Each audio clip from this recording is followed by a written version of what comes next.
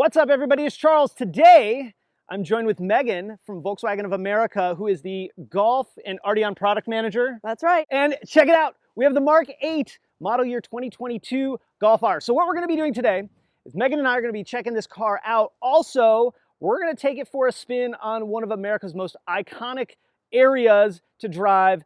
Not the tail of the dragon, because there's probably too much traffic there today anyway, but we're going to take it down the Hellbender. Then we're going to jump in my car, do the same drive, and compare the two and see which one performs better. So what we have here is 4th generation of the E888. And on the horsepower front, we have finally gone over 300 horsepower, Charles. Nice. So 315 horsepower. You'll also see that as 320 PS. It's the same power output for US and the rest of the world, which is pretty cool. And as far as torque is concerned, we're still working towards the final torque certification number. Okay. It's likely going to be different for North America simply because fuel is a bit different in places like California. So we do know that the European car is rated at 310 pound-feet of torque. Yeah, here's my big takeaway on that. We're getting same horsepower numbers most likely as rest of world. Yeah, absolutely. So we are not getting a watered down Golf R. 100% not. So this is going to have a different turbocharger than the previous generation. It also has this sweet GTI floppity engine cover, which I'm mixed on. But I know a lot of you guys had the question of, are we getting dual injection on this engine? This one does not have dual injection. Will that come in the future? Who knows? But as of right now, on launch later this year, 2021, it's probably not going to have it. So part of the problem in the US is we don't have this car yet. Right. And so you haven't seen anything but pictures or videos, and very infrequent, of these two generations parked next to each other.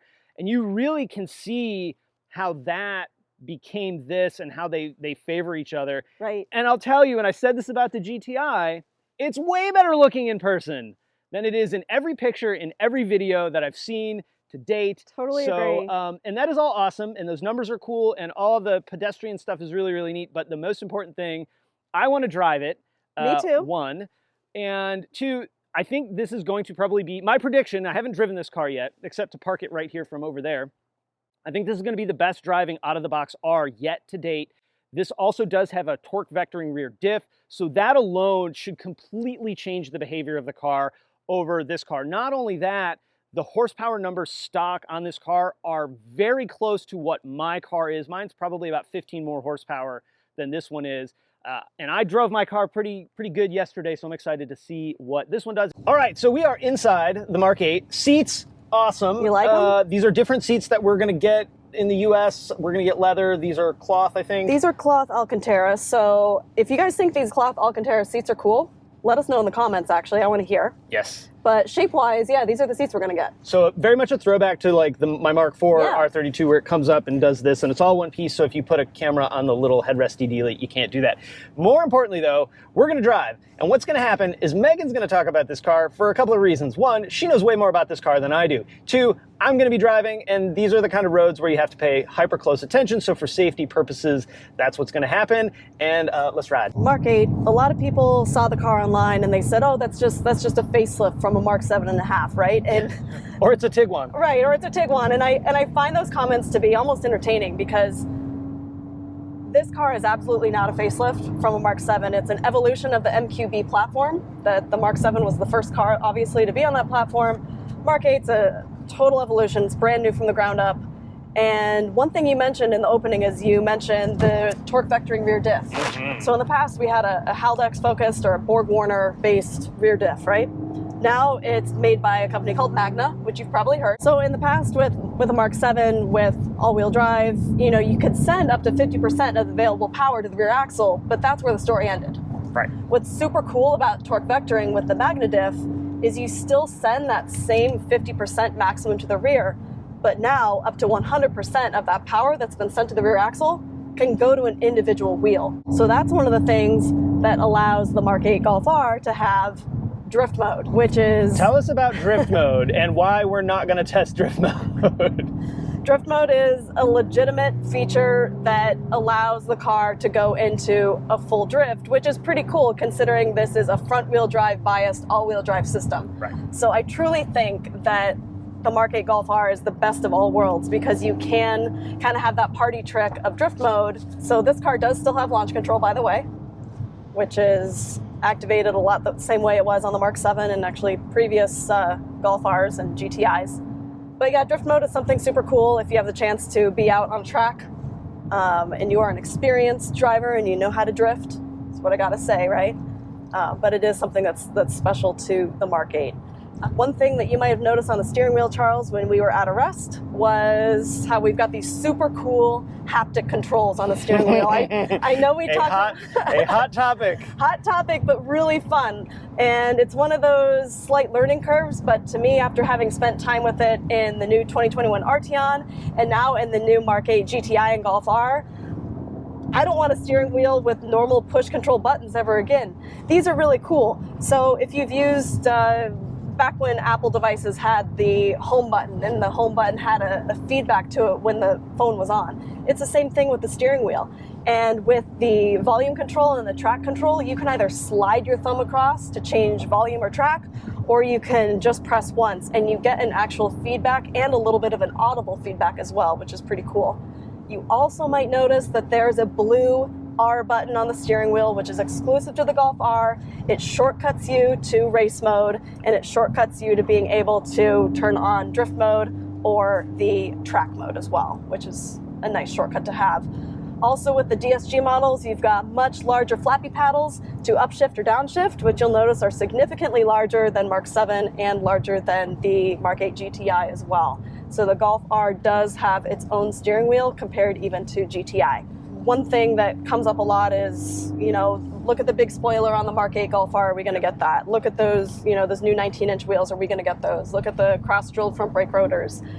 And one of the most common things I've heard as product manager for this car is the American version's always watered down. And that kills me a little bit inside because as a huge fan of this car and as a Mark 4 R32 owner and GTI driver, I'm like, I'm doing everything I can to keep this car as well contented as I can. And I think with the Mark 8, we just had a huge win because we get everything the European car has within what's legal in the US. And I think you'll be pleasantly surprised, especially when you consider the amount of content that the American car is going to have standard. And you'll learn more later on this year. I can't give too much away right now, but I can tell you, you're going to be pleasantly surprised with the pricing. You're going to be pleasantly surprised with the content. And there's a lot more good things to come with the Mark 8R. One thing about the pricing that always gets me is people aren't doing themselves any favors by stressing out over trying to convert euros to dollars or British pounds to dollars and trying to figure out what the price is. I can promise you, cars in North America are not as expensive as cars in Europe. And we will be doing a full price reveal later on this summer, closer to when the cars launch in fourth quarter. So this is a DSG with the little chicky nugget shifter. As we're kind of going around a slow turn here, I will tell you it's awkward for me because I went to put it in drive and I went like I would normally in my car and it was awkward. I bet you'll get used to it pretty quick. I mean, I know you love the DSG. Some of us love manuals more.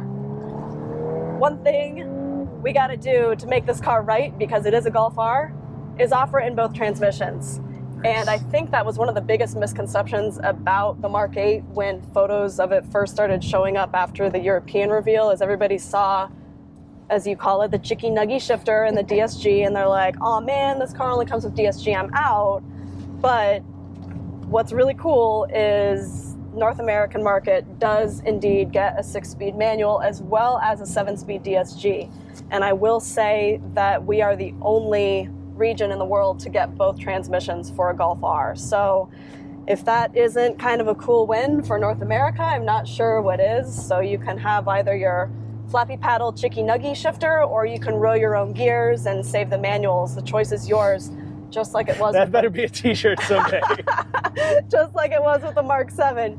Another thing that I heard a lot from the Mark 7 was, where's the sunroof?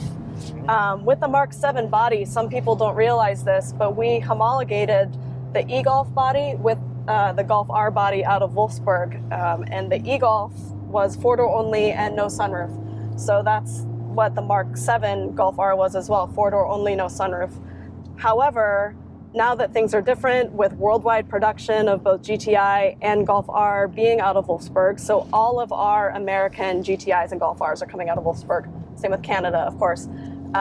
We have a little bit more flexibility there. So what does that mean? It means that the US car will indeed have a sunroof for Mark 8, which again is a pretty cool win. If you've spent any time configuring these cars like I have on the European website, just to kind of, amp up that excitement about this car coming, you've seen 3 colors. Yep. Lapis Blue Metallic, Pure White, Deep Black Pearl. That's what we're gonna have. That's what the world has for Golf R Mark 8, at least to start. I get a lot of questions about Spectrum, especially from you. They're all from me, let's be honest. I mean, a fair amount from other folks as well. I love that with Canada, we were able to do the Spectrum program, to have those 40 colors, such rare production numbers. Right now, it's not in the immediate cards, but given the amount of questions and excitement that I get about Spectrum, and I know people ask you about Spectrum a lot too, it's something that we just need to work on with the factory in Germany and see is this something they're going to offer in the future? Is this something that we can get on? Because right now for the Mark 8, it's not an option for any car. So we'll just see what happens with that in the future. Obviously, Charles, this is a European spec Golf R. It's an early build European spec car. We won't see the US spec car in any sort of publications or reveals until later this summer, and then of course on sale in fourth quarter. But one thing that we can really safely hit on between the Mark 7 and the Mark 8 is how different they really are. Mm-hmm. We talk about how it's the next iteration of the MPV platform, but feature for feature, the Mark 8 Golf R is just incredible. I mean, from the exterior of the car alone, you look at the front brake rotors, they're larger than the Mark 7, they're cross-drilled, they're two-piece, they're dual piston, they're bigger than the GTI brakes this time around, so they are truly different from a performance and visual standpoint. The wheels tell their own story. They're a different wheel. We're still on summer performance tires, Mark 7 to Mark 8. On the interior of the vehicle, Golf R has always been the pinnacle of features for the Golf family, no exception with Mark 8. On the European car, we are seeing features like ventilated front seats. We're still seeing heated front seats, obviously, heated rear seats, heated steering wheel. Heated rear seats? Yes. USB ports for the rear seats, climate controls for the rear seats, yep. So a 3-zone climatronic system. Nice. Which is pretty cool. I mean, we've never had a Golf with that. European car, we're also seeing features like memory seat, multiple power settings for the driver's seat, just as before, but now with memory as well. And then, of course, these cool aluminum mirror caps on the outside, that just came out of the corner of my eye, so I was like, I gotta mention those. But these are all things that, obviously, this is a Euro spec car, right. And of course, we can talk much more about what the US car is going to have when we get to things later on, but just even looking in front of you, Charles, and you've got the full digital cockpit. Like, I think the Mark 8 is this full digital environment, whether yep. It's the haptic steering wheel controls, you've got the light and sight panel all the way to your left, which, the way I put it, controls anything you can that helps you see better or be seen better. So even something like defrost is going to move to that panel for yep. controls. Then you've got the Volkswagen Digital Cockpit Standard. You also have heads-up display. And then on this car, you've got the 10-inch MIB3 infotainment system. With the little holder like the Arteon has, yes, which I'm into that. So yep. All that stuff is awesome. All that stuff, super important. We just got back from a, 20-minute drive, give or take. I don't want to say what I'm about to say, but I do. This car is awesome. It drives so good. I will say it probably corners better than my Mark 7.5. It comes out of a turn with as much power as my Stage 2 Mark 7.5. It's so smooth, it's so good. I mean, obviously I'm not trying to drive the wheels off a car that I don't own. I also don't want you to get sick. Thanks for your consideration. But you guys, seriously, this car drives amazing. Top to bottom, I forecasted that I would feel like this is the best performing Golf R yet. So here's what we're gonna do. Megan's gonna recover for a minute, and we are gonna jump in my car, and we're gonna do the same thing, and then we'll wrap it up. Sounds good. Okay, so we did a quick car swap. Now we're in my Mark 7.5, the immediate generation before that. Already, like, it feels totally different, which, makes sense since it's a totally different car. I feel like I'm higher up in the car, where in the 8, I was a lot lower, like, in the cockpit. Obviously, the whole interior is very, very different. Even though I do have the digital dash, I still have the big touchscreen radio. Everything feels really, really different. So we're gonna ride. Megan's not gonna puke. I'm good. And we're gonna see how this one does compared to the other one. There you go. Perfect. We made it. Megan didn't die or puke. So we've driven the 7.5 and the 8 back to back. I still love my car. It's still fun. It's still fast. But I feel very, very, very much that the 8 is a better driving car than the 7.5. Charles, you said it. I can't say it any better than that. I feel like that's a bold statement. It's a bold statement. I feel like, again, you can always have your favorite child, but you can always love all your children. And that's how I feel about going from the 7.5 to the 8. They're both incredible cars, but just driving them or even riding in them back to back, obviously on the twisty roads, it's not always the most comfortable thing. But, you know, you take that seat of your pants impression and just being in the 8 compared to the 7.5, it feels like a big evolution has taken place. For sure. The Mark 8 just drives so much better flat out. Yeah. Better out of turns. I felt like much less boost lag is probably the biggest notable difference, and a lot smoother around the corner. And I think the tires that I have on this car are probably a higher performance tire than this, than the Mark 8. Yep. And I felt like I could probably push that Mark 8 harder than I could this car. Yeah, so. and I think a lot of that is from just the differences that have been made to the MQB platform, the aluminum components in the subframe, of course, the new torque vectoring, which is going to completely change the way the car handles, like you said, especially going out of corners. All right, so we're going to wrap it up. My question for you guys, should I order one? And if so, what color?